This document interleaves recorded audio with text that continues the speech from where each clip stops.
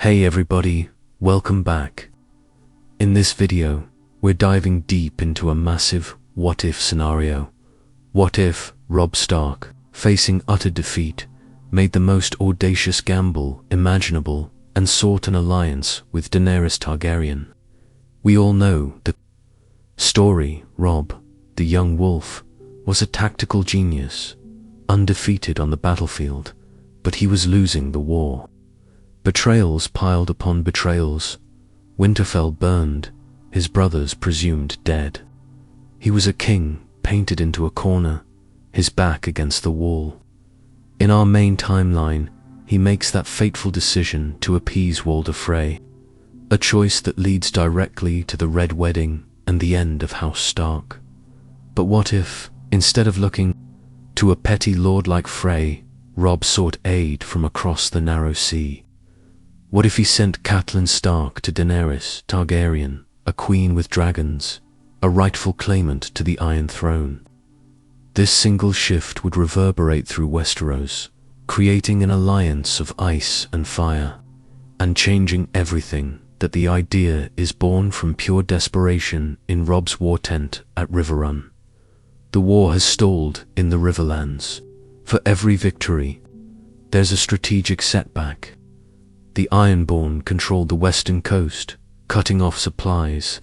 The Lannisters, with their bottomless coffers, hold the south.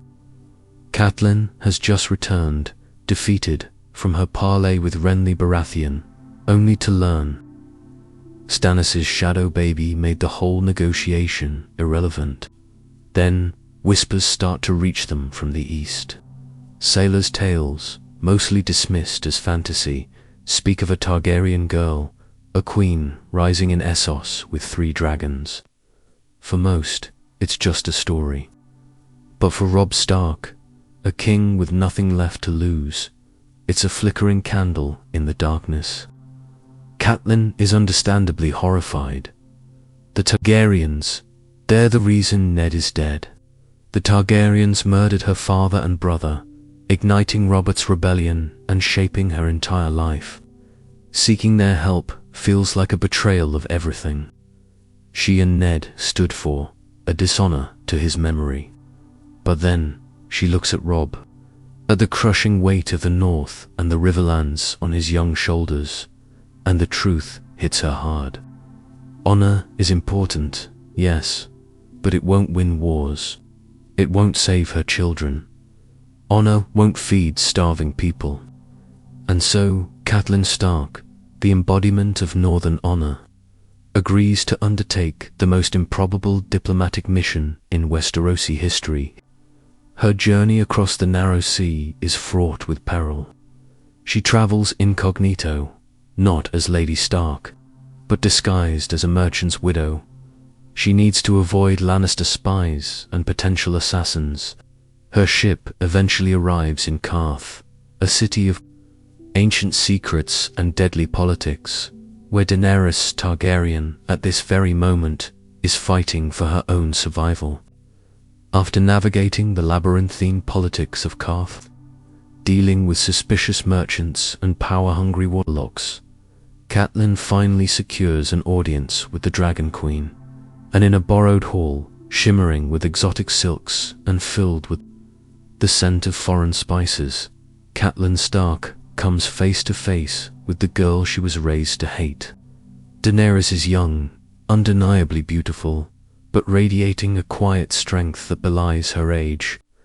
She's flanked by Ser Jorah Mormont, a man whose past is tragically intertwined with the North.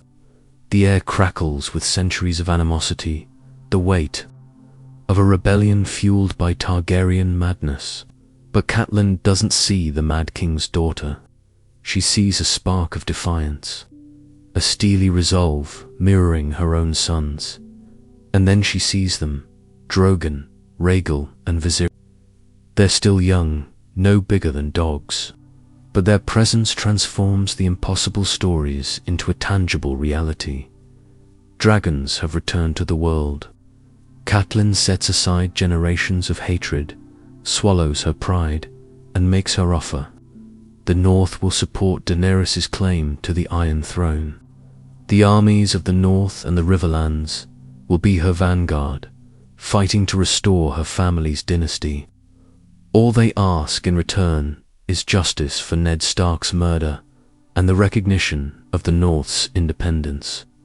No more kneeling, no more fealty to the Iron Throne. Daenerys listens intently, her violet eyes unreadable, weighing the offer. Ser Jorah, recalling Ned Stark's integrity, recognizes the strategic brilliance of the alliance. An alliance with the Starks provides a crucial foothold in Westeros, something her army of foreign soldiers can't achieve alone. The Northmen are fierce warriors, loyal to a fault, but Daenerys was raised on tales of the usurper and his wolf banner, of Robert Baratheon's rebellion and the slaughter of her family. She understands that an alliance founded solely on revenge is fragile, easily broken. She needs something more enduring, something stronger than shared hatred. Remembering Aegon, the Conqueror, and his sisters, remembering how they bound the Seven Kingdoms together, she makes a counter-proposal. She accepts the terms of the alliance, but adds one condition of her own: to bind their houses together in blood. To truly heal the wounds of the rebellion, she will marry Robb Stark. The king in the north will bend the knee, yes, but he will rise as her husband, her king consort, ruling alongside her as the king in the north. The Raven from Karth finds Robb Stark at Riverrun. He reads the scroll, the implications of the terms staggering him. Catelyn has accomplished more than he could have imagined. He asked for an ally, and she's bringing back a queen with a fleet, a Dothraki horde, an army of unsullied, and 3 living, breathing dragons. But the price is one he never anticipated: marrying the daughter of the man his own father helped overthrow. This isn't just a political alliance. It's a rewriting of history, a seismic shift in Westerosi power dynamics. Robb presents the proposal to his war council. His lords are deeply divided. Great Jon Umber roars with approval, seeing the promise of Lannister blood and dragon fire.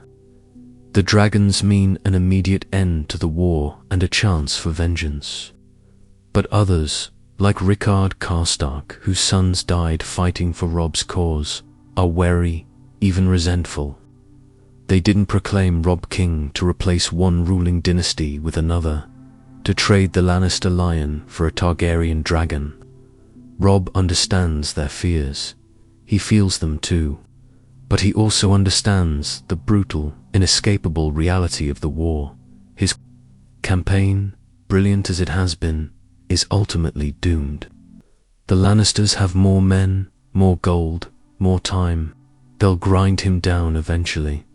This isn't just a path to victory. It's the only path. He sends a raven back to Karth. He accepts Daenerys' proposal. News of the betrothal spreads like wildfire across Westeros. In King's Landing, the small council is thrown into complete chaos. Lord Tywin Lannister, the man who prides himself on anticipating every threat, did not see this coming. He dismissed Daenerys Targaryen as a faded ghost from the past, but allied with the undefeated young wolf, she becomes the single greatest threat to Lannister power. The Stark armies he planned to crush are about to be reinforced by dragons. Tywin immediately begins consolidating his power, attempting to crush Stannis Baratheon before Daenerys' fleet can even reach Westeros. He understands the stakes: absolute dominance or utter ruin. On Dragonstone, Stannis Baratheon receives the news with cold, righteous fury.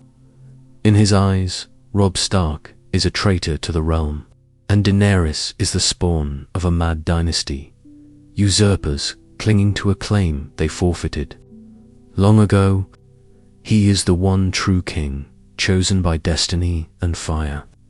Now, he's caught between 2 massive armies about to converge on King's Landing. Melisandre sees visions in her flames, a wolf and a dragon fighting side by side in the snow.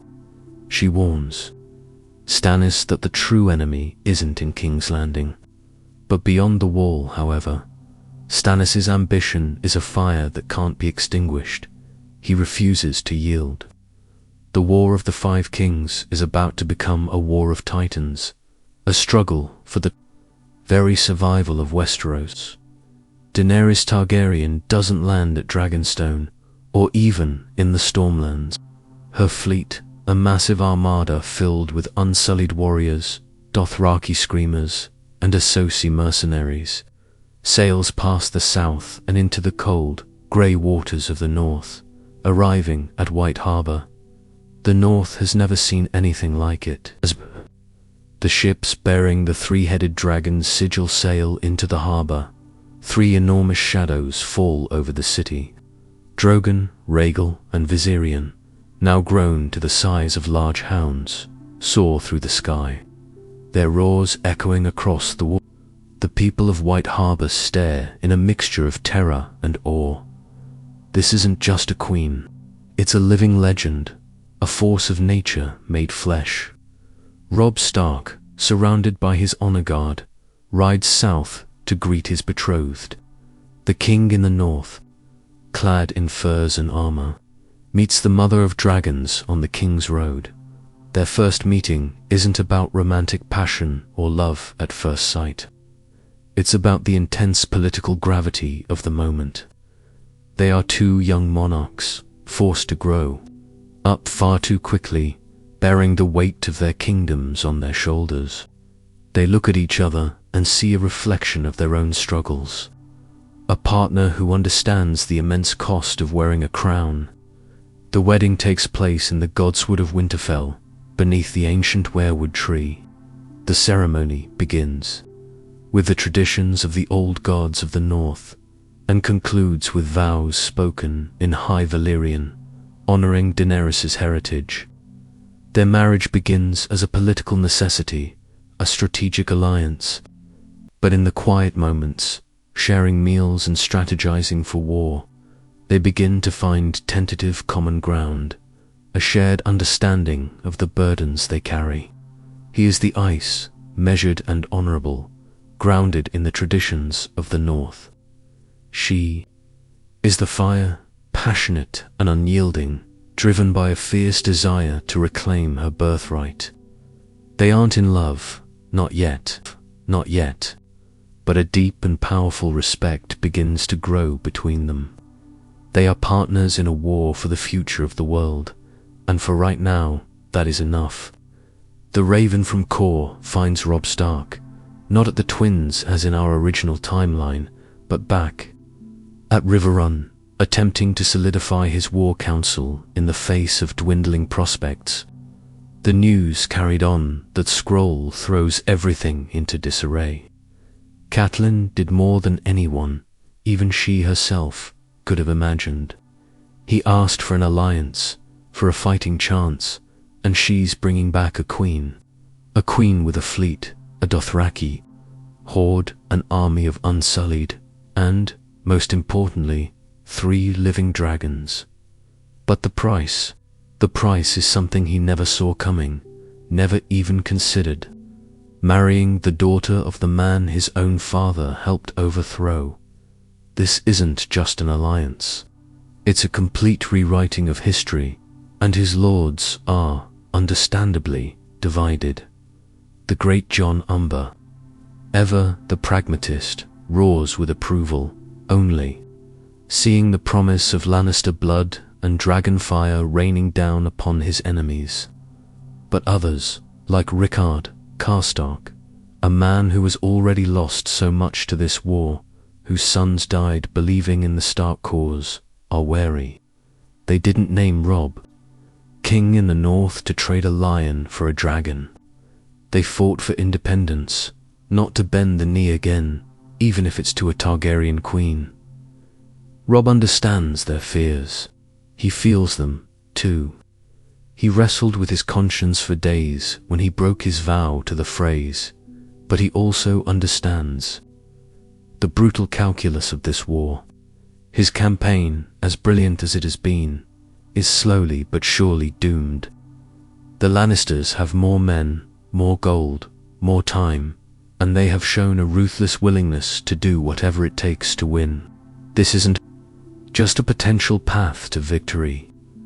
In his heart, he knows it's the only path. After days of agonizing debate, sleepless nights spent staring at the war map, and countless arguments with his advisors, he sends a raven back to Daenerys. He accepts her counter-proposal. The king, in the north, will marry the Dragon Queen, and the news of this betrothal spreads like wildfire. Messengers carry the word to every corner of Westeros, and the implications are immediately clear. The world is about to change, whether they like it or not. In King's Landing, the small council is thrown into absolute chaos. Lord Tywin Lannister, a man who prides himself on seeing every angle, on being one step ahead of everyone else, did not see this coming.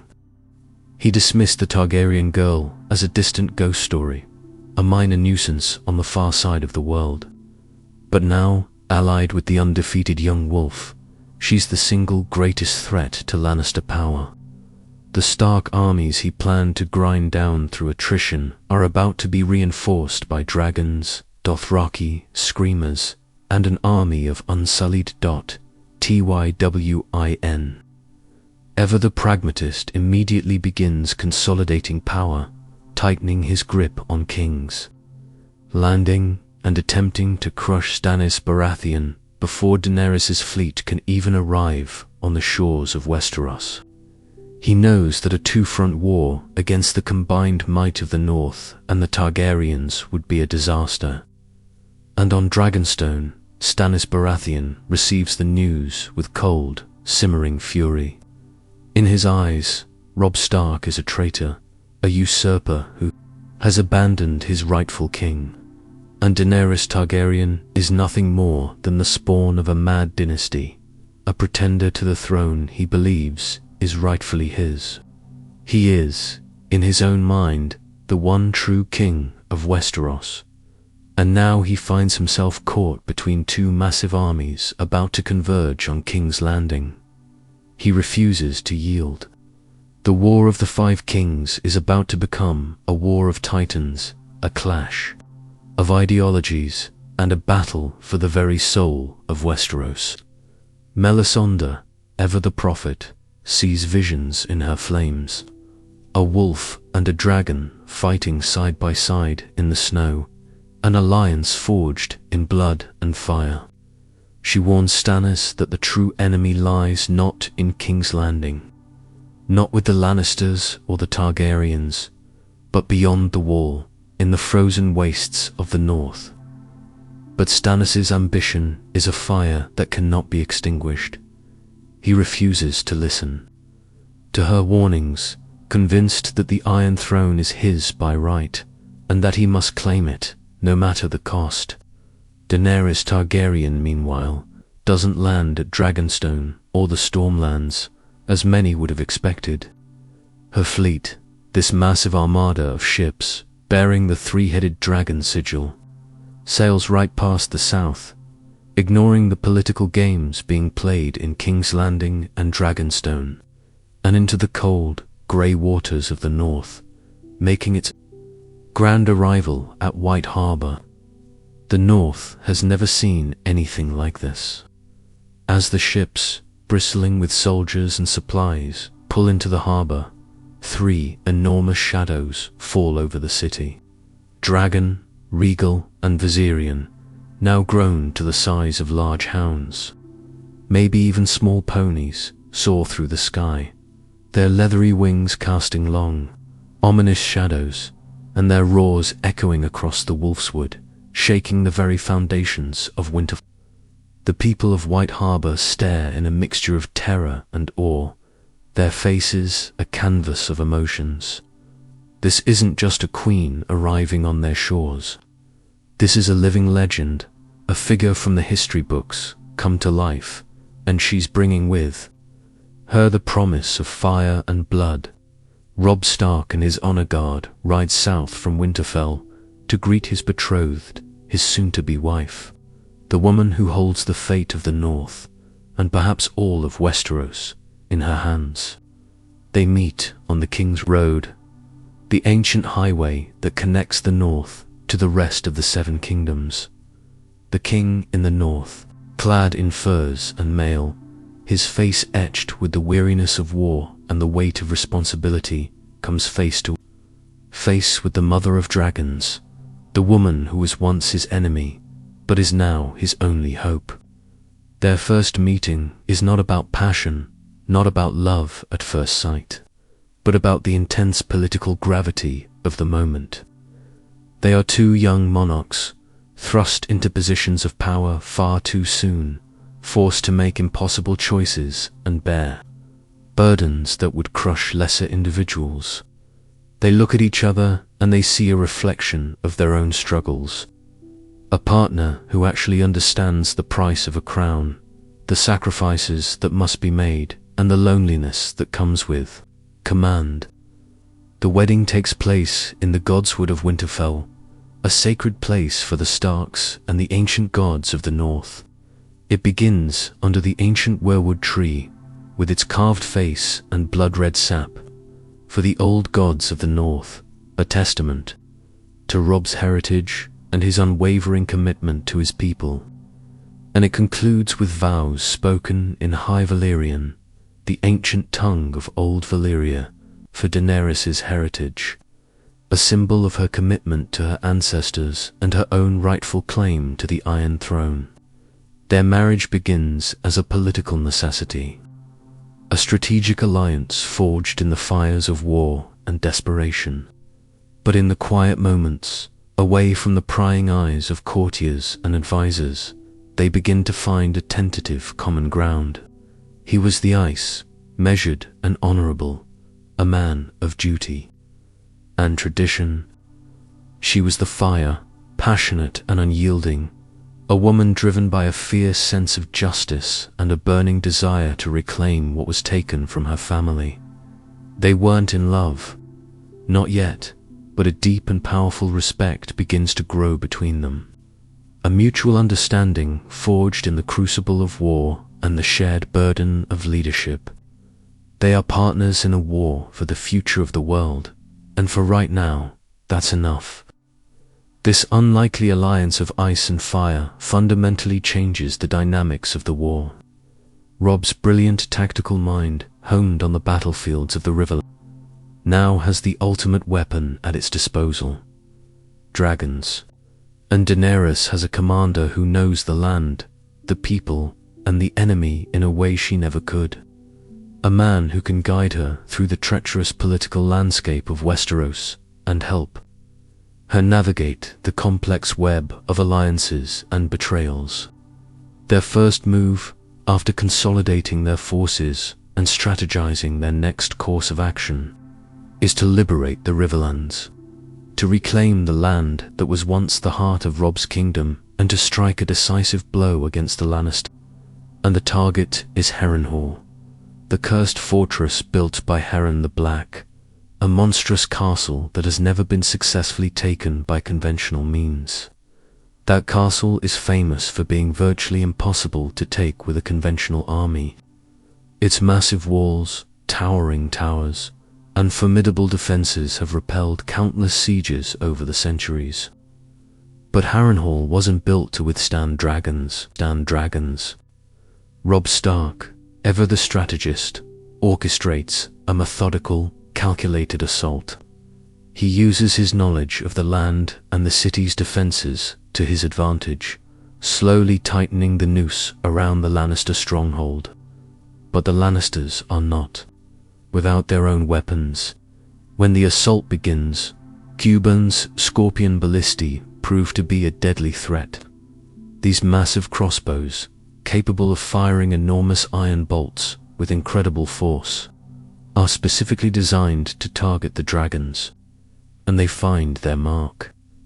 Viserion, soaring through the sky, is struck by a bolt, tearing a gaping hole in his wing. The cream-colored dragon spirals downwards, wounded and screaming, crashing inside the city walls. The sight of one of her children wounded enrages Daenerys. She wants to unleash the full fury of her dragons upon King's Landing to burn the city to the ground and make the Lannisters pay for their treachery. But Robb, ever the voice of reason, calms her down. He knows that destroying King's Landing will only create more chaos and suffering. He convinces her to focus the assault, to target the Red Keep and force the Lannisters to surrender. Drogon and Rhaegal, fueled by their mother's anger and grief, unleash their fury upon the Red Keep, melting the walls and setting the towers ablaze. The Northern and Targaryen soldiers breach the city gates, engaging the Lannister forces in a fierce and bloody street battle. The Lannister army, demoralized by the dragon attacks and the relentless assault, begins to crumble. Tywin Lannister, fighting to the bitter end, is slain in the chaos, his reign of terror finally over. Joffrey, the cruel and sadistic boy king, is captured, his reign of cruelty brought to an end. Cersei, watching her world burn from the Red Keep, chooses her own end, taking poison rather than being captured and humiliated.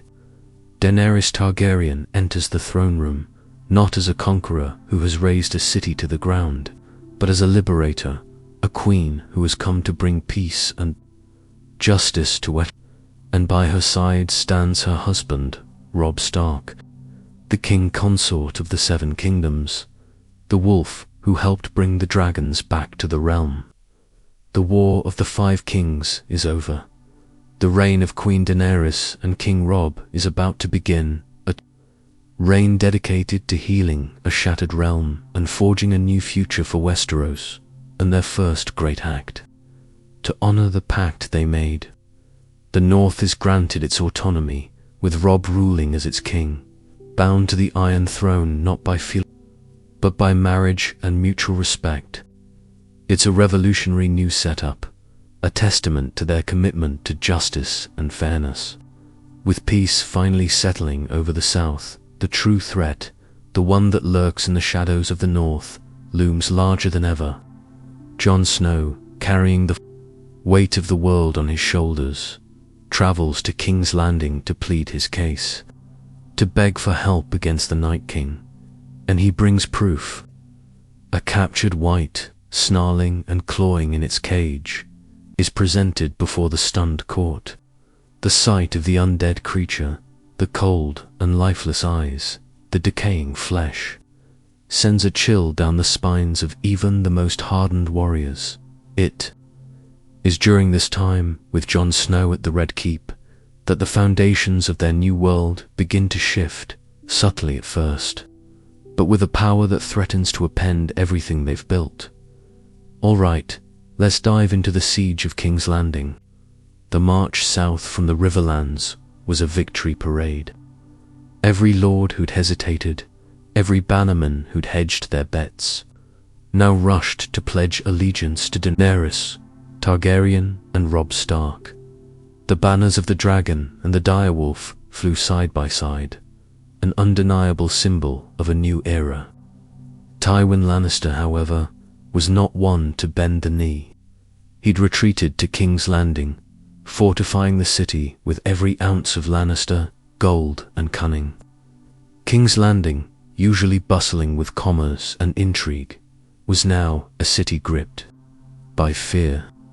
The small folk huddled in their hovels, whispering about the dragons in the sky, praying to whatever gods they could remember. The Red Keep, once a symbol of royal power, was now a fortress, bristling with soldiers and siege weaponry. Tywin Lannister was preparing for a siege unlike any Westeros had ever seen. And he wasn't just relying on stone and steel. He had Qyburn, the disgraced maester, now his master of whispers, dabbling in dark arts and forgotten sciences. Qyburn, obsessed with finding a way to kill dragons, had been scouring ancient texts and experimenting with twisted contraptions. He'd built a series of massive crossbows, ballistic capable of firing bolts the size of trees, tipped with poisoned barbs and coated in dragon glass. He called them scorpions, and they were King's Landing's last, desperate hope.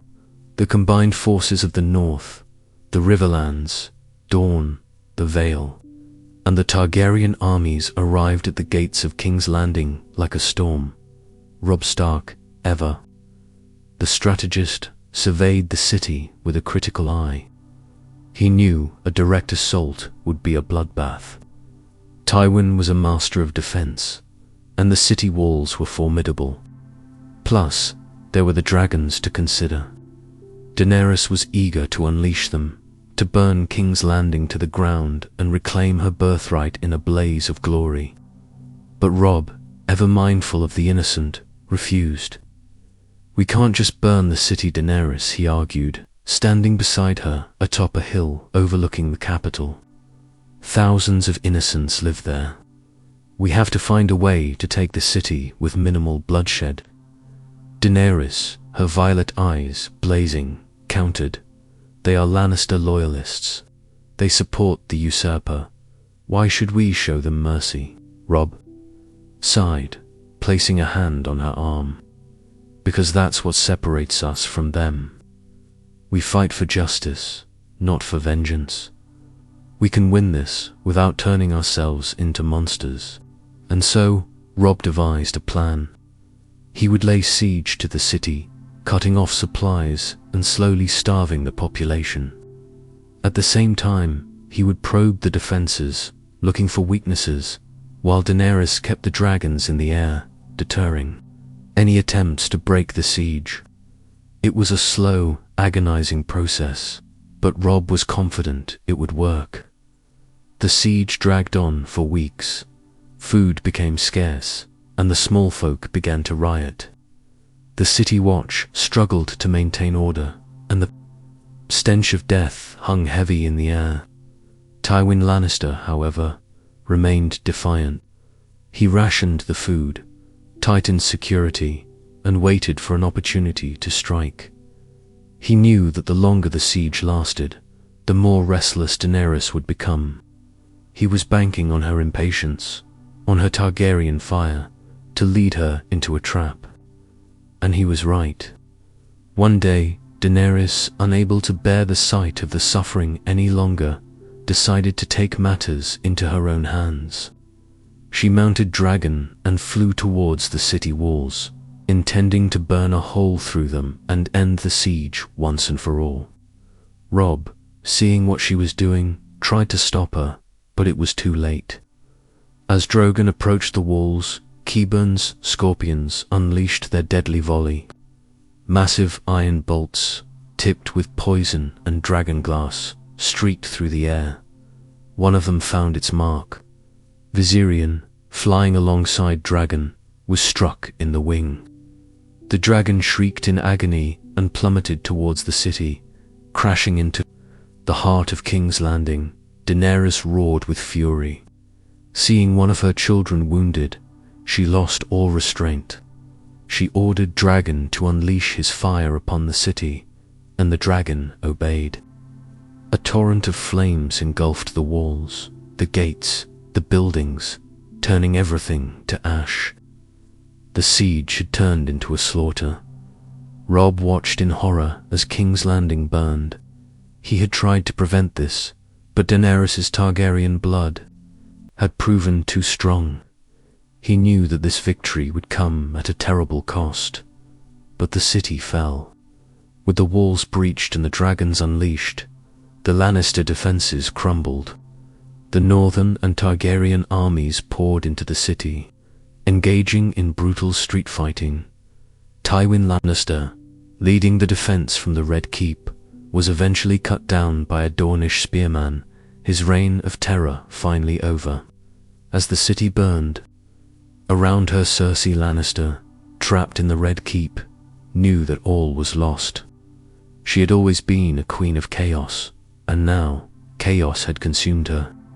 Rather than be captured and paraded through the streets as a defeated queen, she chose her own end. She drank a vial of poison, a cruel smile on her face as she welcomed death. With Tywin and Cersei dead, and the city in ruins, Daenerys and Robb claimed the Iron Throne.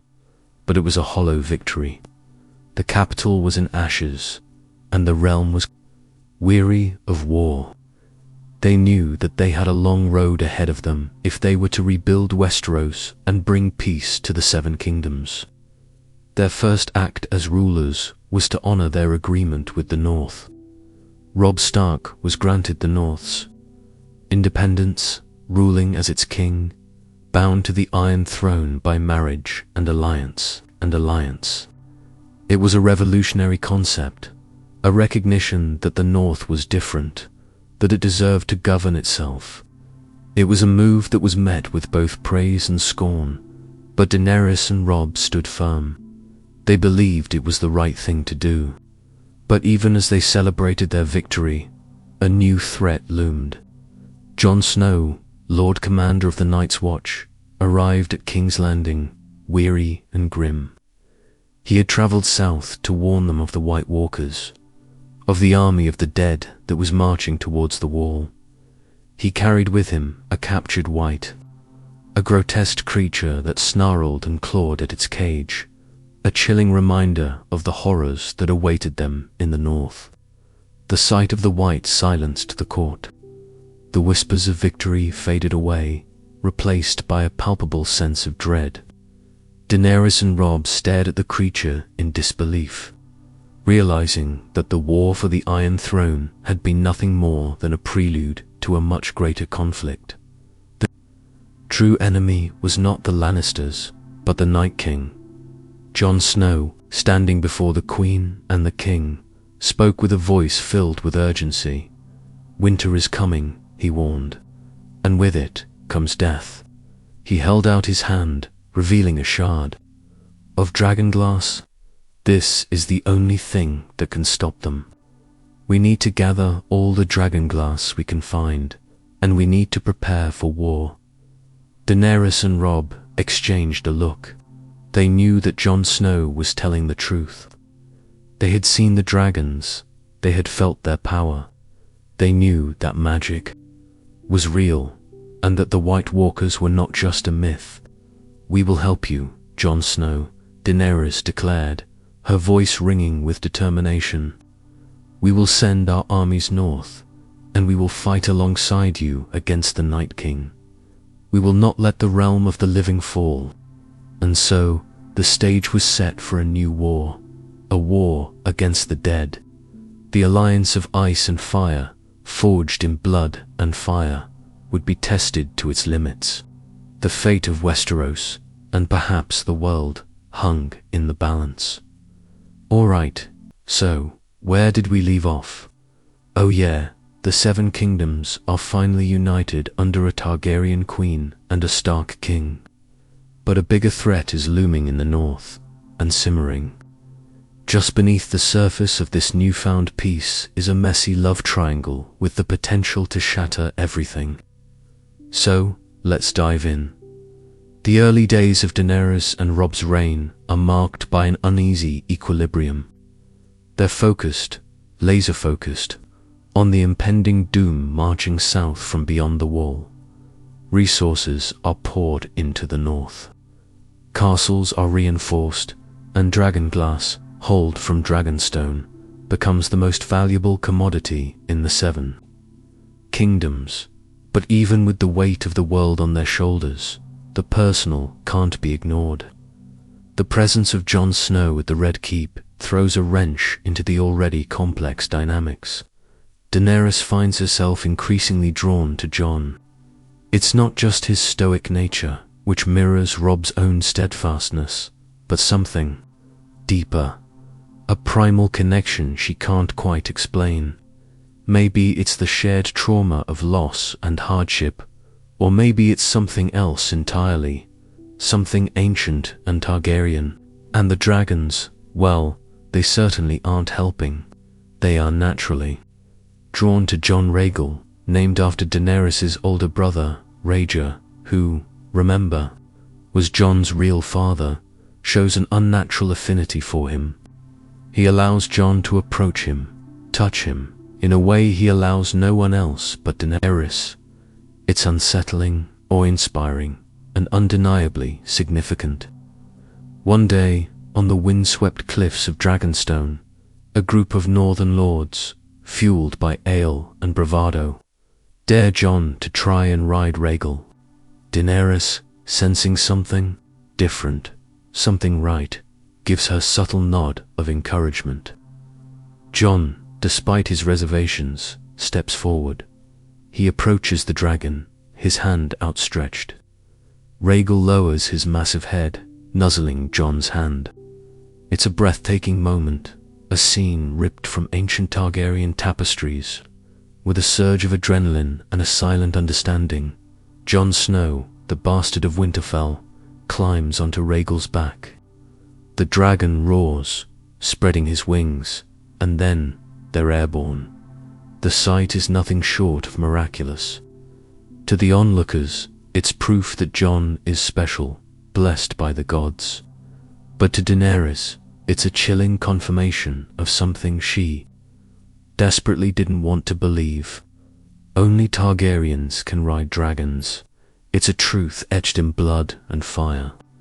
That night, Daenerys, her mind racing, summons Samwell Tarly. She knows that Sam, with his vast knowledge and access to the Citadel's archives, might hold the key to unlocking this mystery.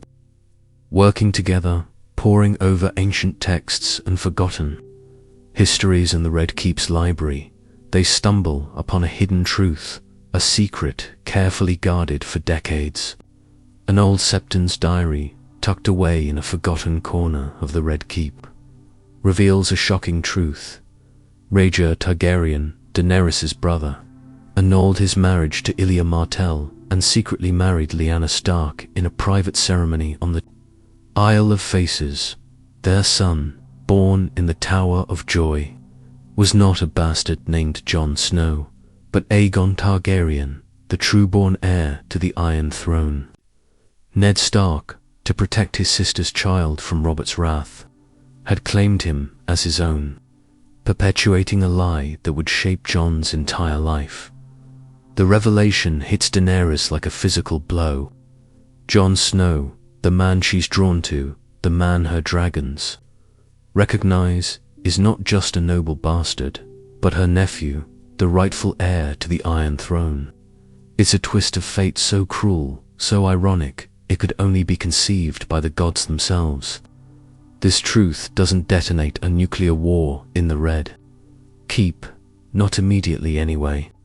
Instead, it ignites a slow-burning, incredibly dangerous fire within the hearts of Daenerys, Robb, and Jon.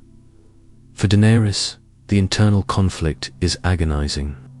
She has grown to deeply respect and even love Robb. Their political marriage has blossomed into a genuine partnership built on mutual respect, shared burdens, and a growing affection.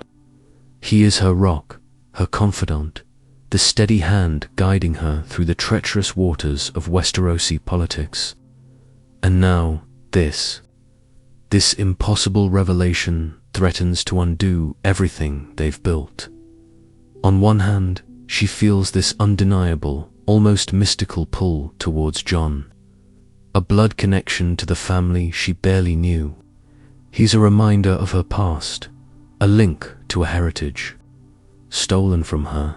On the other hand, she is terrified of what this means for her future, for Robb, and for the fragile peace they've forged. Is her claim to the throne illegitimate? Does she have to choose between her duty and her heart? Jon, for his part, is utterly devastated. His entire identity, his very sense of self, is shattered. He has always been defined by his bastard status, by his unwavering loyalty to Ned and Robb Stark. He's the quiet, honorable bastard of Winterfell, the protector of the realm, the one who doesn't want power. To discover that he's not a Stark, but a Targaryen, the very dynasty they fought to overthrow, is a betrayal of everything he thought he knew. He wants no part of the Iron Throne, no part of this tangled web of lies and betrayals. His loyalty to Robb is absolute, and the thought of usurping him, of betraying his brother, is unbearable. And Robb's reaction is perhaps the most complex and nuanced.